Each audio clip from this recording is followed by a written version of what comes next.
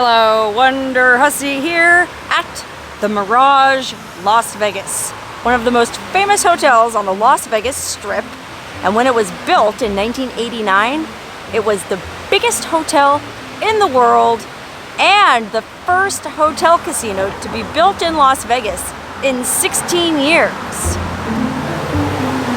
Not only was it the newest and the biggest, but it also featured a magic extravaganza starring 2 gay Germans and a bunch of white tigers, and a giant replica volcano out front that erupted multiple times a night to a soundtrack of drums played by the Grateful Dead's Mickey Hart. So yeah, the Mirage was a really big deal back in its day, but here we are in 2022 and that new casino smell has, shall we say, worn off in the last 30 years. And you know how Vegas is. They blow stuff up once it stops being new and shiny anymore.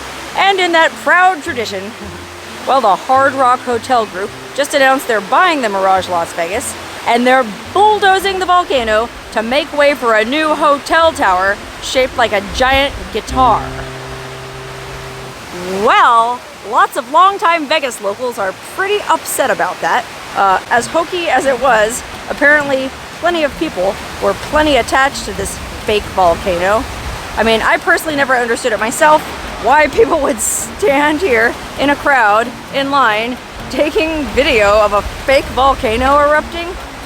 But what do I know? Well, I'll tell you what I do know. There's something much more interesting at the Mirage than that fake volcano. And it's not out front on the strip side. It's tucked away, hidden in the back.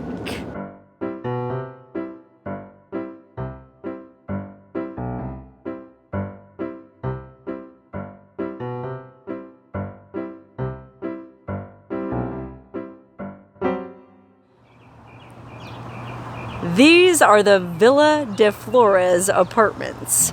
Just another dumpy little Vegas apartment complex built way back in 1975, before the Mirage was even a glimmer in Steve Wynn's eye. Back then, this was just another apartment complex off Spring Mountain Road, tucked away behind the Castaways Hotel, conveniently located just off the Strip, but this part of the Strip wasn't exactly happening back in 1975. Matter of fact, none of the Strip was happening in 1975.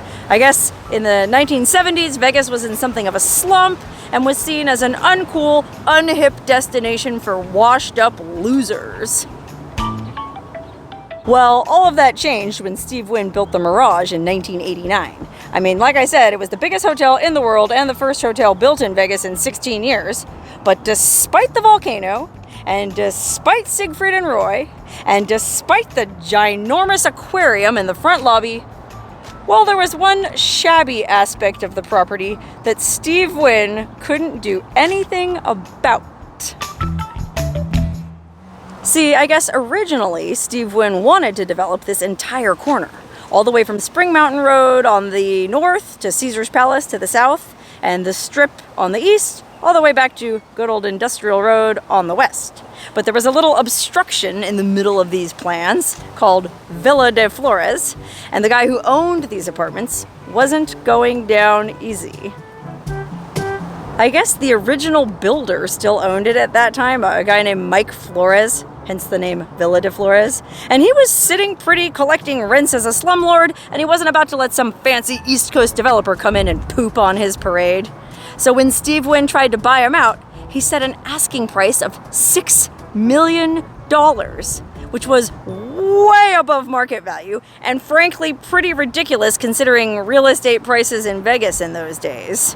Now, Steve Wynn had deep pockets, but they weren't that deep, so when Mike Flores refused to budge, Steve Wynn went ahead and exacted his revenge by building his casino resort all around Villa de Flores. I mean, you can see that this little apartment complex is totally surrounded by the Mirage on one side, and then its sister property, the Treasure Island, on the other. Both were built by Steve Wynn on all the land he'd managed to buy, which was basically everything on this corner except that one tiny little piece owned by Mike Flores.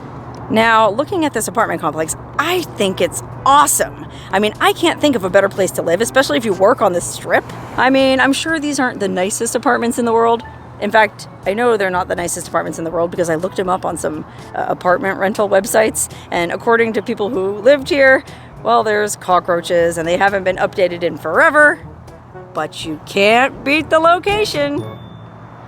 Especially when you consider that the rents here are only about $750 a month. They're all studio apartments. I'm not sure of the square footage, but they're probably not very big, and they're almost certainly not very fancy.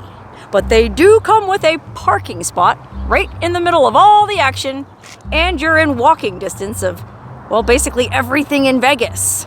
So if it was me and I was a single person moving to Las Vegas to work on the Strip, well, I would definitely consider coming over here and seeing if they had any units available for rent. I mean, when I moved to Vegas back in the year 2000, I wanted to live as close to the Strip as possible, but somehow I never heard about this place. I ended up renting a place over off Sahara Avenue, right across the street from the Palace Station, and it was fine, but it wasn't within spitting distance of a volcano or a pirate show.